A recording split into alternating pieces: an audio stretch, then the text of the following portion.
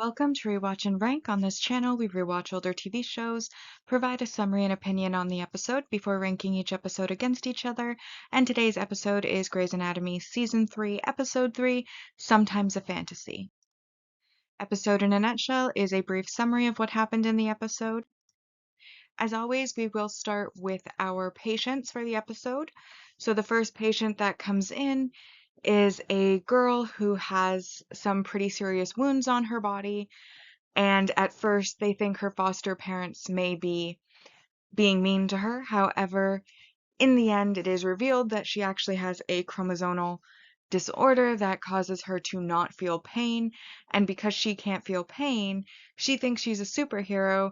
And so she goes around, obviously not taking as good a care of herself as she should, leading to her getting wounded quite frequently, and also defending, in her own words, the weaker children, which results in her telling people to hit her in the stomach, and she's apparently been doing this for some time, including, it is revealed in the episode, letting a playground bully hit her in the stomach with a baseball bat, which is what leads to Alex having a scan done, and they realize she's bleeding internally, and they do manage to ultimately save her. And now that her condition has been fully identified, it will now allow the foster parents to be able to take better care of her in the hopes that she will not be as injured again or not lose her life unnecessarily by not realizing that she's injured. The second patient is a father who isn't even able to be alone in a room with his baby because he has such severe seizures. And so Derek does a surgery to basically cut his brain in half, um, severing the existing pathways between the left and right hemisphere of the brain, and then those halves will have to create new pathways to communicate with each other again, but he does come through the surgery fine. Unfortunately, there is a long recovery process because the two sides of the brain need to start learning how to connect again. And unfortunately, when he first wakes up, he can't name his wife or his baby, who is named after his own father. But Derek explains that that's because the sentimental value is in one half of the brain and the names are in the other half, and that it just will take time. And we are left to assume that eventually it will be fine. Then we have third patient was Callie's patient, who is an athlete who goes pretty hard on his body in order to do triathlons and a bunch of other athletic activities at 55. And he comes in a great mood. Callie's in a great mood. George, however, thinks that he's abusing his body and he shouldn't get to use body parts from donor cadavers to allow him to continue his active lifestyle. I'm not really sure why, but George feels this way, and so George then basically, when he's going through the consent forms, takes the guy to the morgue, shows him a really old decrepit body, says, "This is your donor," and he then decides to cancel the surgery and leave. So ultimately, that patient kind of goes nowhere and dead ends.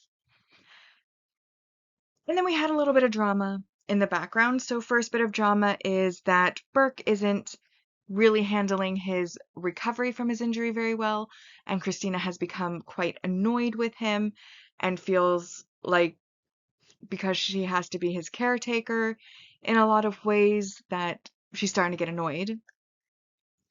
And then she finds out that without talking to her, he decided to take a leave of absence, which leads her to again believe that he is not putting in the effort to get back to where he needs to be to stay a surgeon. So by the end of the episode, she goes out, buys a bunch of chickens, cuts one in half, throws him a suture kit, and tells him, if you're going to be on leave, you're still going to be working, and tells him to put the chicken back together.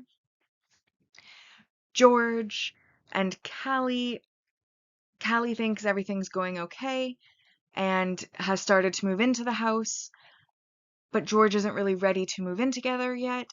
But instead of manning up and telling her this, he tries to get Meredith to kick her out, and it eventually, when she accuses him of getting rid of her patient, which he did do, he then lets it slip that he's not ready to move in, and she's like, if you'd just grown up about it, I would have started looking for my own place, blah, blah, blah. And basically, she moves out right away and goes to a hotel for the evening. So they are in a poor place, but George doesn't seem overly aggrieved, as he at the end says that he is relieved at the end of the episode when talking to Meredith and Izzy. Izzy goes to the hospital potentially to get her job back, but just ends up standing outside all day, doesn't actually go in to get her job back. After the last episode, Addison and Mark slept together. Addison then tries to say, I'm sober now. Mark, you need to go home. Mark then chooses not to go home, doesn't take his plane, lures her to the bar where he's like, we can try this again. We can try an us thing. She shuts him down, says she's not interested in an us thing, that he has to go home. She returns to the hospital. He, however, at the end of the episode, is revealed to be checking into the same hotel she's staying at, into his own room, and he happens to run into Richard there. So he still did not leave. And then Meredith is dating both Finn and Derek, and she has her first date with Finn, which is a lunch date. However, Derek interrupts offering her a surgery, so then that cuts their date short. And obviously, then it doesn't end the way that she had hoped it would.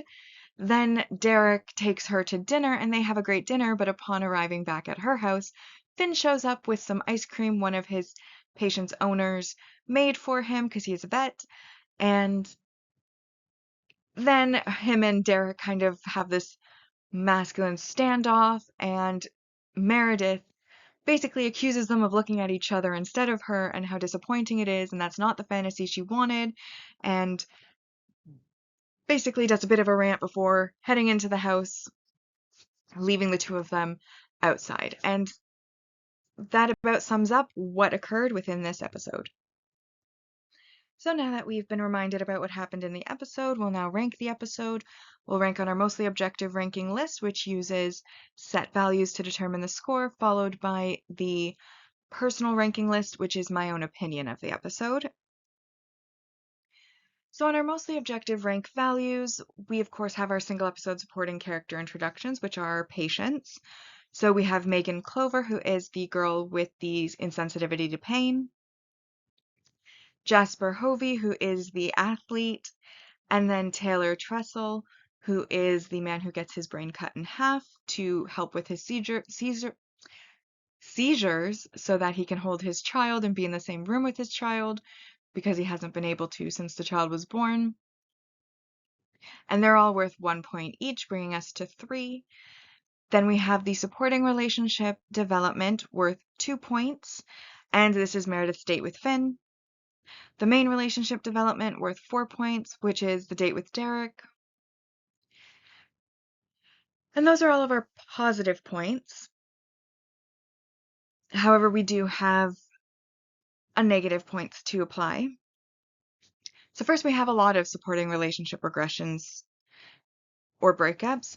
First, of course, is George doesn't want Callie to move in, doesn't tell her, blurts it out at the wrong timing, then she leaves right away and goes to a hotel, and rather than being upset about it, he's actually relieved, which shows that they're not maybe in the best place.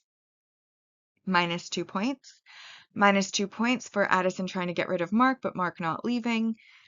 Obviously, they did sleep together. Now she wants him gone, so she wants to be a one-night stand. He does not. Minus 2 points. Minus 2 points again for Christina being annoyed with Burke and feeling like he's taking advantage of her as a caretaker and not putting in the effort into his recovery that he should. And she does semi-resolve this at the end by bringing home the chicken, cutting it in half, and telling him to put it together. But she does so more as like a or else sort of attitude, so I still consider it a regression, which is minus 2 points. And then, of course, there's the bad end to the date with Finn due to Derek's interference, minus 2 points. And then minus 3 points for the main relationship regression or breakup, which again is the bad date or the bad end to the date with Derek. Overall, after all of that has been considered, that does leave us at a negative 2. However, the lowest score that is possible is a 1 out of 10, and that therefore makes this a 1 out of 10 episode. And so that brings our mostly objective ranking for season 3 so far to in first place, I Am a Tree. Time Has Come Today, and then this episode is third, Sometimes a Fantasy. Now my personal ranking. I was more generous than the objective ranking list. As always, I'm not overly fond of the whole triangle trope in dramas. I feel like it's just not something I'm personally a fan of. But I think I did mention in the previous episode, like in this particular situation, I can sort of understand it. But much like with most triangles, we already know who they're going to pick. Even if this was not a rewatch, if it was the first watch through, there's no way she doesn't pick Derek after everything that was set up in season 1, season 2. Like, we know how it's going to end, so it's like, why are we dragging it out? Obviously, for the drama, it is a drama series, so I get why it's there. It doesn't really do much for me. The Christina Burke drama was kind of mild and in the background. Callie George, I'm just not really invested in them because I don't like George, and I think Callie deserves better, and I think in the future she does to a certain extent do better, if I'm recalling correctly, which I may not be, it's been a while. But I think she does do better in the future, so I'm not really invested in Callie and George, so I'm not really upset that they're on the rocks. However, what did stand out to me in this episode was that Alex, I think, is starting to kind of show, like, he's still upset about being on, like, the Addison service with like child patients, but at the same time, I think he's starting to show that that is actually where he belongs, because I think in the future when he does specialize, he does go that direction, because, and I think this is a good part, like, I'm not thinking correctly. Ugh. I think this episode is one that really shows how he is well suited to focusing on children. I think he's good with children. He goes out of his way to learn about superheroes when he doesn't know about superheroes from George, because he knows that Megan is into superheroes and thinks she is one. He, cares when he thinks that they may be abusing her. He cares. He's the one who ends up finding her when she disappears because she doesn't want to be sent away from her foster family. And he's also the one who kind of convinces her to get the surgery when she's worried about getting the surgery and her foster family thinking that she's defective.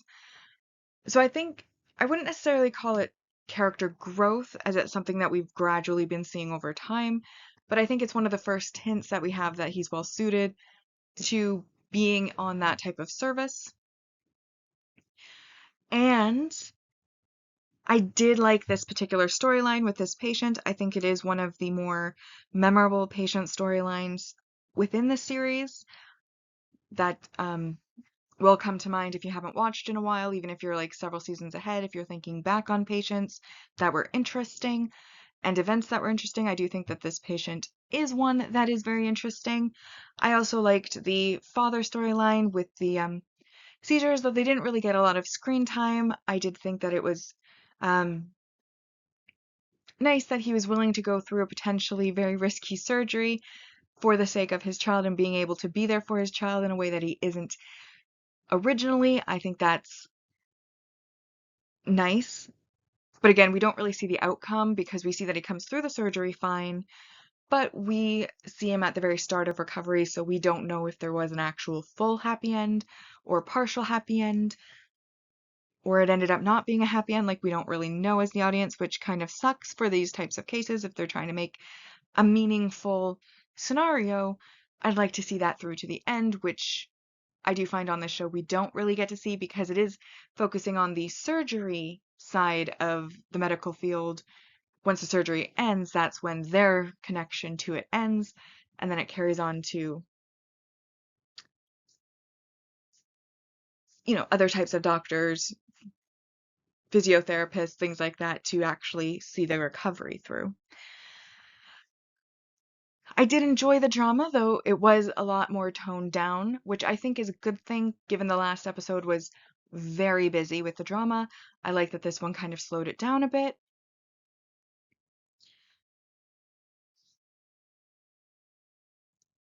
Overall,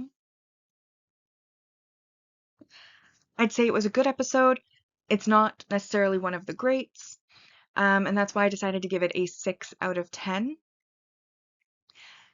And so our season 3 ranking so far in the personal ranking has I Am a Tree in first place, Sometimes a Fantasy second, and then in third, Time Has Come Today. Which now brings us to the series ranking so far. On our mostly objective ranking, Season 1 had 77.78%, Season 2 76.67%, and Season 3 so far has 14 out of a possible 230. On the personal ranking side, however, Season 2 was first with 72.22%, Season 1 with 66.67%, and Season 3 so far has 19 out of 230. So with that, we've now rewatched and ranked Grey's Anatomy Season 3, Episode 3, Sometimes a Fantasy. Like and subscribe if you'd like to, and I'll see you in the next episode.